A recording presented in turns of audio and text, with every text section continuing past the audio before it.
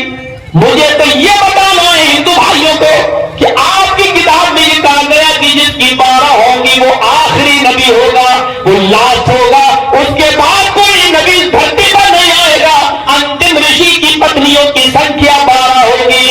میں مانتا ہوں کہ محمد رسول اللہ ایک ایسے نبی گزرے جن کی بیویوں کی تعداد 12 ہے، 11 بیوی تھی اور 1 آپ کی باندی تھی، خادمہ تھی، جس کو مقدس ملک شام کے بادشاہ نے بطور گفٹ دیا تھا، اور وہ نبی اکرم کی لونڈی کہلاتی تھی۔ اس زمانے میں لونڈی سے بھی بیوی والا کام لیا جاتا تھا اور ان کو آزاد کر کے نکاح بھی کر لیا جاتا تھا، لیکن آپ نے ماریا قبطیہ کو آزاد نہیں کیا تھا، وہ آپ کی لونڈی تھی، آپ نے ان کو بیوی نہیں بنایا تھا، لیکن ماریا قبطیہ سے بھی آپ کا ایک بیٹا پیدا ہوا جس کا نام ابراہیم تھا، تو آپ نے بیوی والا کام اس سے بھی لیا ہے۔ تو 11 بیوی وہ جو نکاح میں، اور 1 لونڈی باندی خاتمہ جس کا نام ماریا قبطیہ تھا، ایسے کل ملا کر 12 بیویاں بنتی ہے۔ وہ کس کی تھی؟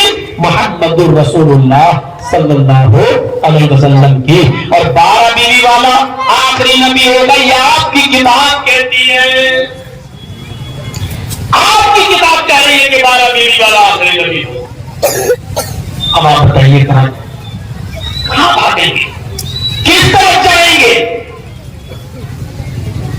اشوما شگما روحا دیو دت جگدپتی آسینا سادھتپنم شگیشوریا گڑنویتا، وہ گھوڑے پر بیٹھے گا، وہ گھوڑا اس کو آسمان کی طرف لے کر جائے گا۔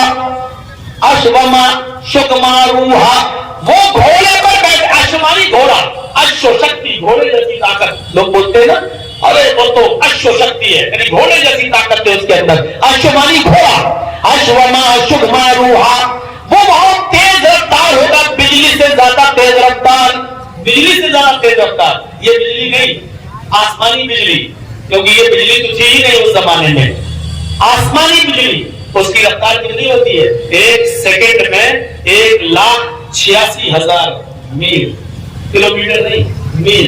آسمان سے جو بجلی چمکتی ہے، جو آسمان میں کڑکڑاہٹ ہوتی ہے، بجلی کی گرج ہوتی ہے، اس بجلی کی رفتار اسپیڈ 1 سیکنڈ میں، 1 منٹ میں نہیں، 1 سیکنڈ میں کتنی ہوتی ہے؟ 1,86,000 میل فی سیکنڈ۔ وہ گھوڑے پر بیٹھے گا اور وہ گھوڑا بجلی سے زیادہ تیز رفتار سے چلے گا۔ عربی میں اس کے لیے لفظ آتا ہے براق، برق کی معنی بجلی، اور اسی سے ہے براق، بجلی سے زیادہ تیز اسپیڈ میں چلنے والا۔ تو اللہ کے رسول براق پر بیٹھے تھے، جو نبی اکرم کو بیت المقدس اور بیت المقدس سے جنت الجہنم، ساتھ میں آسمان، بیت آپ سدرۃ المنتہا تک، اور سدرۃ المنتہا سے بھی آگے جہاں جبرائیل نہیں جا سکتے تھے وہاں تک آپ گئے، اور اللہ تعالیٰ نے آپ کو 50 وقت کی نماز کا تحفہ دیا، جو دھیرے دھیرے کم ہوتے ہوتے 5 وقت کی رہ گئی۔ اور کیجیے گا براق پہ بیٹھے جو آپ کو آسمان کی طرف لے کر گیا۔ اشوما شگما روحا دیو دت جگتپتی، وہ گھوڑا دیو دت دے گا، دیو اللہ دت دے گا، وہ گھوڑا اللہ کی طرف سے، دیوتا کی طرف سے ملے گا۔